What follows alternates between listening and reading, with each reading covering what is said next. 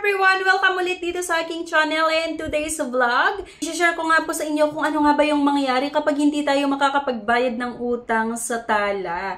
I mean yung tipong inabot na ng ilang buwan hindi ka pa rin nakakabayad ng utang mo sa Tala. Ano nga ba yung possible na mangyayari sa ating account? So sana mapanood nyo mga beshes yung buong video na ito and ayan, i-share nyo na rin sa mga kakilala nyo na alam nyo nakahiram din dito sa Tala. Okay, so based on my experience kasi talaga ay nangyari na ito sa akin.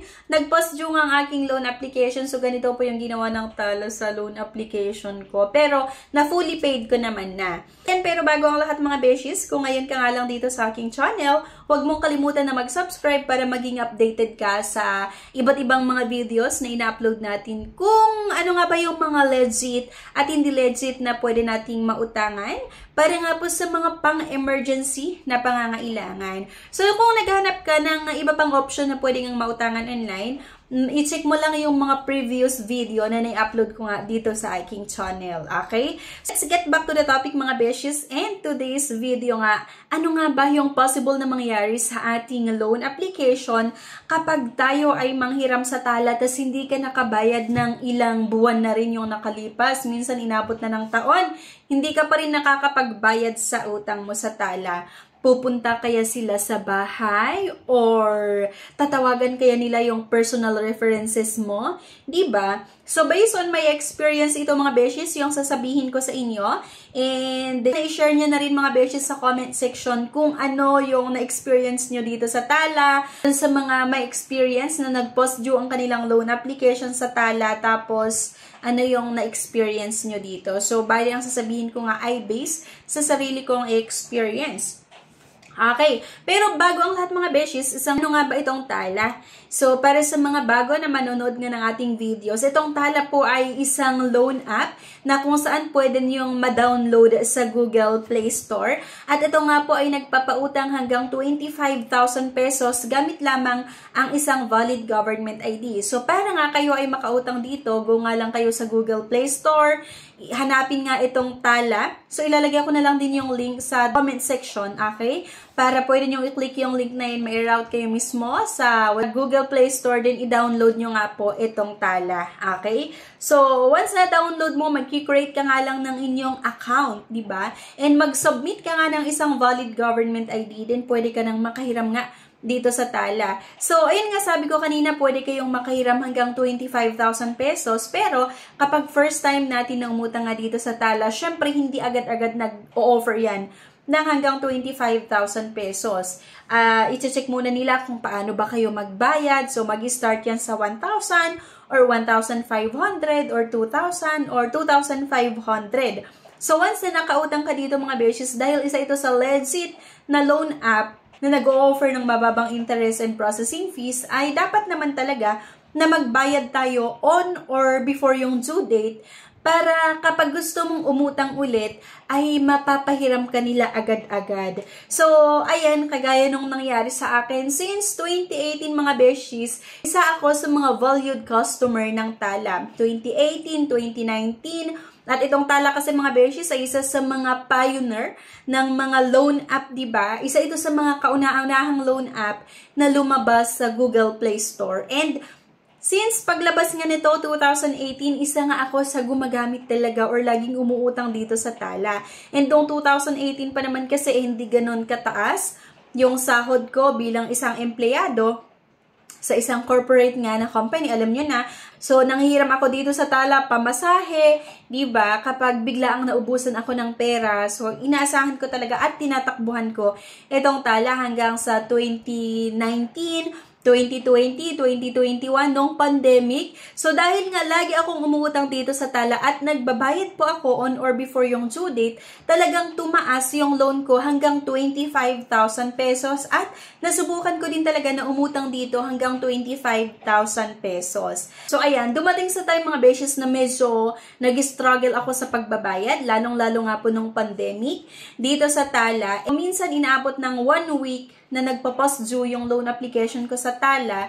Pero ang maganda naman ay napapakiusapan. So, pwede itong ma-message mismo sa kanilang app. Mag-create nga lang tayo ng ticket sa app mismo ng Tala. And once na submit mo yung kung ano yung mga mga pakiusap mo sa kanila, mag-aantay ka na lang ng feedback or respond galing sa Tala representative. So, ang maganda dito mga beshes ay sinasagot po ni Tala yung mga lahat ng katanungan ko or kapag nakikiusap ako, like, nag-okay naman sila, so lagi akong pinapaalalahanan na make sure daw na magbabayad po ako para makakahiram ako. And ilang beses na rin na nag-post due yung loan application ko ng 2 araw, 3 araw, hanggang 1 week nga.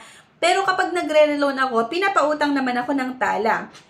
Kaya lang kasi dumating sa time mga beshies, nung pandemic pa rin, na sobrang nag-struggle talaga kami ng pera ni husband. Kasi nga diba, nag-stop na rin siya or hindi na rin siya nakasakay ng kanyang trabaho or hindi na rin siya nakabalik ng ibang bansa dahil nga sa pandemic na yan. At sa akin kasi sa kagustuhan kong mabuntis, nag-stop na rin ako ng aking trabaho. So, ang nangyari mga beshes, nag-struggle din kami sa pera. Tapos, dito nga sa Tala app, nung inutangan ko, inabot na ng 1 buwan, I think, na hindi ako nakapagbayad. Pero, hindi naman ako nagme-message sa Tala app mismo na hindi po ako makakabayad ng ganito. Pero, talagang unti-untiin ko yan na bayaran. Paminsan-minsan nagme-message ito sa akin sa aking email address at sa aking mobile number. At doon nga sa Tala app mismo, nakikita ko yung message nila like, sana as much as possible masettle mo na. Pero ang maganda naman, hindi ako naka-encounter na yung tipong tatawagan nila yung personal references, ganyan. Hindi rin ako naka-encounter ng tatakutin kanila. So, napakaganda yung customer service nitong Tala.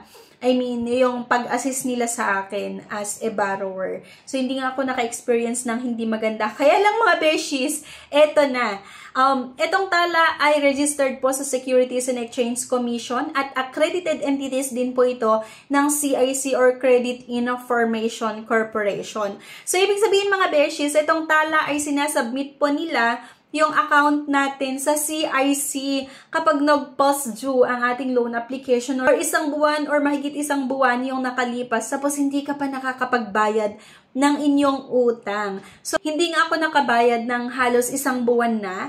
Tapos, nung nag-check nga ako sa Credit Information Corporation, so by the way, may mga previous vlog ako na kung paano natin ma-check yung ating credit report sa CIC or credit report sa'yo, sa mga account na in-applyan mo sa CIC. So, nung nag-check nga ako sa CIC through Lista app, ayan, lumabas na na-submit yung account ko sa Credit Information Corporation. So, nakita ko na merong Tala. Ayan, sinubmit nga ni Tala yung account ko sa Credit Information Corporation or sa CIC. So, maari kasi na may mga magtatanong din sa inyo mga beshies, ano naman kung sinubmit ni Tala yung name mo or yung account mo sa Credit Information Corporation or sa CIC. So, by the way po kasi mga beshies, dito sa CIC ay makikita nga po yung ating credit report at yung credit score. So, kapag yung credit report sa'yo ay puro negative or meron kang negative credit report dahil nga hindi ka nagbayad doon sa mga inutangan mo, or hindi maganda yung pagbabayad mo doon sa inutangan mo, ay possible po na magiging reason ito para magkaroon ka ng low credit score. Pag meron kang low credit score, meron kang gustong utangan na naman na ibang mga lending companies, mga beshies na accredited entities din sa CIC, ay bago kanila pahiramin, ay i-check muna nila yung pangalan mo sa CIC kung talagang wala ka bang record. So, once na na-check nila, tambaba yung credit score mo, possible na magiging reason ito para i-decline nila ang inyong loan application. So, di ba, nakakaloka. So, dahil nga na-submit na yung name ko sa CIC, pero binayaran ko siya na i-fully paid ko naman na yung loan ko sa Tala. And pagka-check ko nga, may nakalagay naman na fully paid. Pero kasi nasubmit na nga yung name ko sa CIC. Pero at least na i-fully paid ko na. Wala na silang masabi sa akin, ano. So, ang nakalagay doon ay fully paid. Nakalagay yung date. Pero yun nga, nakasubmit na yung name ko sa CIC. Pero at least fully paid, ano. And then, bali, ang ginawa ko na lang mga beshies, doon sa mga ibang inutangan ko na nagsasubmit nga ng name sa CIC or nung account, nagsasubmit ng account sa CIC, hiniraman ko, tapos nagbayad po ako on or before yung due date. Then, yung mga credit card ko, mga beshies, nagbabayad po talaga ako on or before yung due date. Tapos yung ibang loans, ayan, binabayaran ko talaga siya. Minsan puro advance yung payment ko. at least nabawi ito. So, dun sa credit score ko mga beshies ay tumaas na. Nakabuild ako ng good credit score na may 666. So, ayan, kung sakali na meron akong gustong utangan, yung mga legit na nagpapautang online, kahit i-check nila yung credit report patungkol sa akin sa CIC, at least good pa rin yung makikita nila. Kasi nga, sa ngayon, nakabuild ako ng good credit report at medyo mataas na yung credit score ko kasi nasa 666. Okay? So, yun lang mga beshes. Bali, share ko nga lang sa inyo kung ano yung possible na mangyayari sa ating account nga sa Tala. Kung inabot na ng ibang buwan tas hindi ka pa nakakapagbayad. So, kahit hindi nila tinatawagan yung mga personal references natin, hindi man nila tayo papahiyain. Pero kasi yun nga, sinasubmit ang ating account sa CIC or sa Credit Information Corporation. So, make sure nga po na kapag umutang kayo dito ay magbayad po tayo on or before yung due date. Para diba maganda yung credit report patungkol sa atin nga kapag inuutangan natin ito. At kung meron kang gustong utangan sa mga susunod na araw, sa mga susunod na linggo or buwan or taon, malaki yung chance na maaprubahan ng inyong loan application kasi ang makikita na report patungkol sa iyo sa CIC nga ay puro maganda. Good credit report at high credit score. O kapag uutang po tayo sa mga legit na pautangan nga online, sa mga loan app, make sure po magbayad po talaga tayo sa due date natin or before yung due date pa, magbayad ka kung meron ka naman ng pambayad. Okay? Iwasan natin yung magpapost due ang ating loan application. Kung sa mga loan shark, mga beshi, sa mga OLAS, sa mga loan shark, pwede kayong magpost due, pwede kayong malit magbayad. Pero itong mga legit na nagpapautang online, dapat po talaga magbayad tayo on or before yung due date. Okay? So, yun lang. Sana may natutunan na naman po kayo sa video na ito. Please don't forget to click the subscribe button. Sana i-like nyo nga po yung video at huwag nyong kalimutan na i-share. Thank you guys at see you on my next vlog. Bye-bye!